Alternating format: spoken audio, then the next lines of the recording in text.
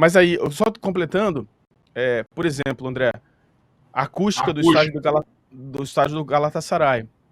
São 4 grandes conchas acústicas, na verdade. São 4 enormes conchas acústicas. Dois pesquisadores da nossa pesquisa são de Istambul, e foram as pessoas que conseguiram mais verba para a pesquisa que eu trabalhava. Essa pesquisa agora ela foi encerrada e todos os dados foram entregues à Comissão Europeia de Esportes, que agora administra o banco de dados. A gente passou para eles, né, fizemos essa entrega há algumas semanas atrás. Durante muitos anos, a maior receita dessa pesquisa veio desses 2 pesquisadores turcos, e eles mostraram para a gente como funciona o estádio do Galatasaray, que tem essas 4 conchas acústicas, né? O Turk Telecom, não, agora é RAM Telecom, mas era Turk Telecom anteriormente, e para jogos de futebol o estádio está pronto, para shows tem toda uma técnica de delay em caixas de som, para que o som fique bom, porque senão não funciona também para show, né? A simplicidade, aí a gente cai na questão da simplicidade, tem alguns outros bons exemplos, o campeão Del Ziglo, do Peñarol, tem um estádio que custou muito pouco, comparado com os estádios mais recentes, mas tem várias questões, né? O estádio fora de Montevidéu é muito fora de Montevidéu. Eu não tive o prazer de visitar o estádio pronto, mas visitei a obra, fora da cidade, então tem a questão do terreno, é um estádio muito simples, mas tem outras referências, né? E aí eu caio na origem da resposta. As melhores experiências que eu tive no estádio de futebol foram em estádios simples, por coincidência. Mas isso quer dizer o seguinte, dá para ter grandes experiências no futebol em estádios simples. Como, por exemplo, La Bombonera. Pô, La Bombonera, cara, é um absurdo. É um absurdo. La Bombonera é uma aberração arquitetônica que funciona. Porque é o estádio que nunca terminou, né, o estádio não está completo, e tem um efeito acústico causado por 3 andares de camarotes que ocupam uma área que não terminou do estádio. Aquilo é uma parede que reflete o som para dentro do campo e aprisiona. Então dá um efeito caldeirão gigantesco. Então, cara, quem assistiu um jogo, eu tive o prazer de assistir Boca e River em La Bombonera, cara, é um negócio fora, assim. Então dá para fazer um estádio simples, barato, porque no fundo a minha pesquisa nasceu pelo seguinte: a minha pesquisa nasceu quando eu recebi as plantas do novo Maracanã e me senti, assim, ferido, porque eu sou da Tijuca, eu morava do lado do Maracanã, eu ia a todos os jogos, minha família tinha cadeira cativa, eu cresci dentro do Maracanã. Eu assisti América e Olaria no Maracanã. Eu fui assistir América e Olaria no Maracanã, cara. Tinha 1000 pessoas, tinha um cara dormindo na arquibancada ali, e assisti um jogo 0-0 numa quarta-feira com chuva. Conheci o estádio. Quando eu vi as plantas, eu falei, cara, isso aqui não é mais o meu estádio. Porra, isso aqui não existe. E aí eu comecei uma pesquisa lá em 2012, 2013, para tentar entender quais são os fatores dentro de um estádio que podem ajudar o time da casa. E todos esses fatores que eu falei, a distância da arquibancada para o gramado, a inclinação da arquibancada, a acústica, são fatores relevantes nesse quesito. É muito difícil provar cientificamente que a inclinação de uma arquibancada e uma acústica altera o resultado do jogo, porque o futebol é um jogo, cientificamente falando, de variáveis infinitas. Então o cara, tudo certo, o cara chuta a bola fraquinha, a bola bate no morrinho artilheiro, que foi criado pelo pisão no jogador errado, desvia do goleiro, a bola entra. Não foi nem a torcida, nem a arquibancada, nem nada. Foi o morrinho artilheiro que ganhou o campeonato. Então é muito difícil provar cientificamente, mas a gente consegue levantar evidências mostrando que, cara, a inclinação da arquibancada, a acústica, tem uma influência grande no resultado, no impacto do time de casa. Tudo isso no Maracanã é ruim? Tudo isso não. O Maracanã tem vários problemas. Se você olhar a imagem aí atrás do Alan, você vê que na parte central, a arquibancada está próxima do gramado, muito mais próxima do que era anteriormente, mas o Maracanã tem uma inclinação muito baixa, ou seja, você vai se afastando mais do que necessário do gramado, por geometria simples, né? O ângulo é muito raso, então você vai ficando cada vez mais longe. Então você chega no final do primeiro anel, no meio do campo, você está muito longe do gramado. Você já está muito longe do gramado. E você vai ficando cada vez mais longe. A cobertura do Maracanã não ajuda no rebatimento do som para o gramado. Não ajuda, muito pelo contrário. É uma grande membrana que vibra absorvendo o som. E na parte mais importante, imagens do Maracanã, ótimo. E aí, essa imagem é perfeita. Felipe, obrigado, inclusive, Felipe. Nem te dei boa noite, bom dia quando eu entrei aqui, né? E você vê a parte mais importante, que é a parte atrás do gol, né? A primeira fileira está a 28 metros do campo. E você compara com o Signal Iduna Park, são 6 metros. E tem uma questão importante. Com uma distância de 6 metros, mesmo com o estádio lotado, mesmo com a melhor acústica do mundo, o som para o goleiro é decodificável. O goleiro vai entender o que você está gritando na orelha dele. E isso tem um fator de desconcentração enorme. Tem uma pesquisa aqui na Nova Zelândia, que foi feita para rugby, e que a gente está tentando aplicar para futebol, uma pesquisa cara, então tem alguns problemas para a gente, que refere-se a foco de atenção de jogadores de rugby.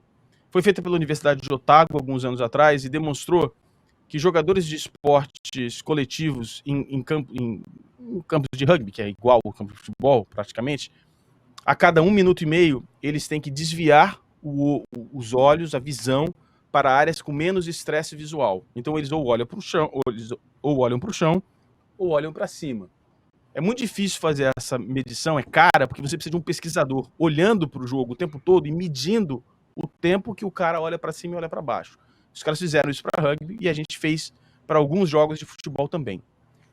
E a numeração, o tempo que esses jogadores fazem isso é importante. Então você fala, pô, o cara não estava prestando atenção? Não estava. Literalmente não estava. O cara estava usando essas intermissões que chegam a mais de 100 por jogo, dependendo do atleta, pequenas olhadas para cima e para baixo. E aí tem uma questão importantíssima do estádio. Nós notamos em que alguns estádios onde você tem muita inclinação, ou seja, os estádios são mais altos e próximos ao gramado, o atleta, para obter alívio do estresse visual, que é o nome técnico que a gente usa, eles precisam olhar lá para cima. Isso faz com que eles percam a visão periférica e os tiram do jogo. E o estresse visual é algo que você acostuma. Então o time da casa não tem o mesmo impacto no estresse visual do que os atletas que vêm jogar uma vez a cada 2 anos, uma vez por ano. E isso é uma coisa fundamental. E, cara, num dos levantamentos feito por esses 2 pesquisadores da Turquia, eles me ligaram no meio da madrugada e falaram, Fabrício, os resultados são malucos. Olha só, e eles conseguiram pegar em alguns jogos do Besiktas, para ser preciso, atletas do Besiktas que perdem a referência, mesmo às vezes quando estão correndo e etc., perdem a referência da visão periférica porque estavam rapidamente, 1 segundo já é o suficiente, eles perdem a referência. É uma coisa impressionante. E todos esses fatores combinados, aí você fala, pô, acústica. Qual é o problema da acústica? A acústica é comunicação direta, e nós aqui, né, que frequentamos o Maracanã, o antigo Maracanã, nós vamos nos lembrar que quando assistimos jogos na geral, a gente não conseguia conversar na geral. Não tinha vamos bater um papo aqui. Não, pô, o jogo tá bom, né? Não tinha isso, não existia isso. Você não ouvia nada que os caras estavam te falando. Você tinha que berrar no ouvido do cara. Ó, você viu o jogo ali, o 5 ali. Agora não, você vai no Maracanã confortavelmente e você fala no celular. Não, veja bem, bom dia, tal. Quando o celular tá disponível, né? Porque normalmente não tá. Mas você consegue falar ali, né? Olá, tal. Então, a acústica é fundamental. E aí, pra gente matar isso, a gente vê os NBA, né? O cara vai lá arremessar, tá os caras atrás com aquelas salsichas assim. Aquilo tem um impacto. Aquilo atrapalha de verdade. De verdade. E o Maracanã não faz isso. O Maracanã, atrás do gol, aonde tinha que estar lá o caldeirão mesmo, a torcida tá a 68 metros. A torcida organizada tá a 68 metros do campo. No Maracanã antigo, essa distância era menor, porque o anel da arquibancada se sobrepunha muito à cadeira, você tinha uma área gigante de cobertura, e a inclinação da arquibancada era maior. E, sobretudo, você tinha uma cobertura de concreto que mantinha o som lá dentro. Então o som ficava... E é por isso que o Leandro, sem saber a parte acústica, o Leandro se referia a um som específico. Desculpa, eu chutei minha câmera aqui. Quando eu chuto minha câmera, a câmera desliga. Referia-se a um som específico, que era o Mengo,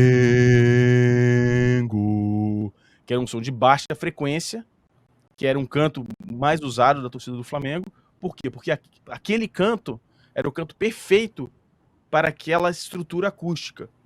Rebatimento, é um som de baixa frequência, e o som ficava dentro e você sentia literalmente a movimentação das ondas, você sentia aquela vibração, e era a relação, né, curiosa, né, que o Leandro cita com frequência, da torcida com a arquitetura do estádio influenciando diretamente o jogador, porque um dos maiores ídolos do Flamengo se refere especificamente a esse canto, que funcionava muito bem na arquitetura do estádio.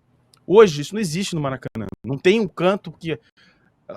Não, o canto que chega ao campo, óbvio que chega o som ao campo, é o som de cone. É simplesmente o som que sai da boca da torcida, não reflete, não bate em nada. É aquilo ali. Pela distância, o som chega muito baixo no gramado. E demora muito para chegar do outro lado do estádio. Quando chega, né? Quando chega. Então, o Maracanã, na nossa pesquisa, tinham 4 níveis de classificação, de 0 a 4, tá? De 0 a 1 era muito ruim, de 1 a 2 médio, de 2 a 3 muito bom, de 3 a 4 excelente. Do Flamengo o do Maracanã era 1,86. Ou seja, não chegava nem no... fraco, é um estádio fraco. O que a torcida do Flamengo faz é um milagre. É um milagre. Então, vamos fazer isso aqui virar um inferno? Eu fico imaginando como seria, tá? Se fosse imagine Flamengo jogando em La Bombonera. Imagine como seria, né? Se o La Bombonera fosse ali no gasômetro. O impacto seria muito maior, com certeza. Mandar um abraço aqui para a galera que tá participando. O Felipe Passagem, que faz parte do nosso clube de vantagem, mandou aqui, ó, Kika, sou PCD e uma questão que sempre me preocupa é a acessibilidade. Você acredita que terão a sensatez de cuidar da acessibilidade não só dentro do estádio, mas também ao redor? É um ponto que seria importante, né, Fabrício? Olha só, a acessibilidade tem várias exigências para aprovação do projeto agora, que foram remendos no Maracanã, por exemplo. Né? Então, não haverá problema. A questão é que a gente precisa sempre lembrar o seguinte: a exigência, né, das leis municipais de acessibilidade são o mínimo exigido ao proprietário. O Flamengo tem que fazer mais do que o mínimo.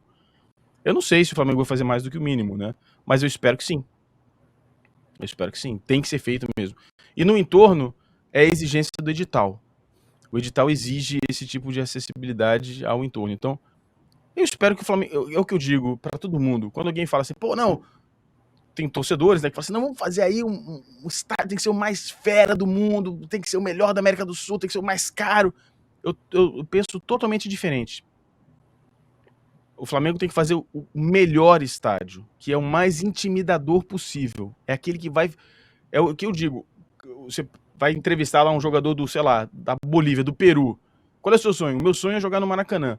Eu quero que você vai entrevistar esse cara e o cara fala assim, não, eu não quero jogar no estádio do Flamengo. Isso deve ser um inferno de jogar. Eu quero que o time adversário fale, não quero jogar lá. Não quero jogar lá.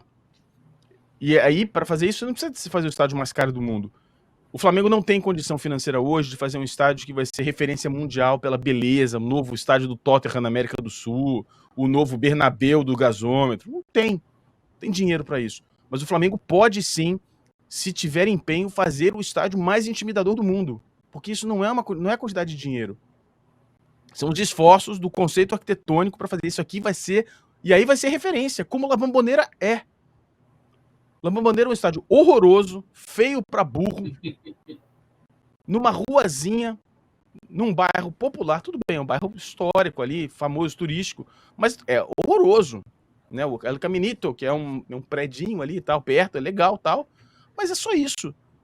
Mas, cara, quem ama futebol quer ver um jogo La Bombonera e sabe que é um inferno La Bombonera. O Flamengo tem que ter isso na cabeça. Nós vamos fazer um estádio simples, mas vai ser o estádio mais intimidador do mundo. E a galera que gosta de futebol no mundo inteiro vai falar, porra, cara, você viu o estádio do Flamengo? É um inferno, literalmente um inferno. E é assim que eu imagino o estádio, que seja uma coisa intimidadora.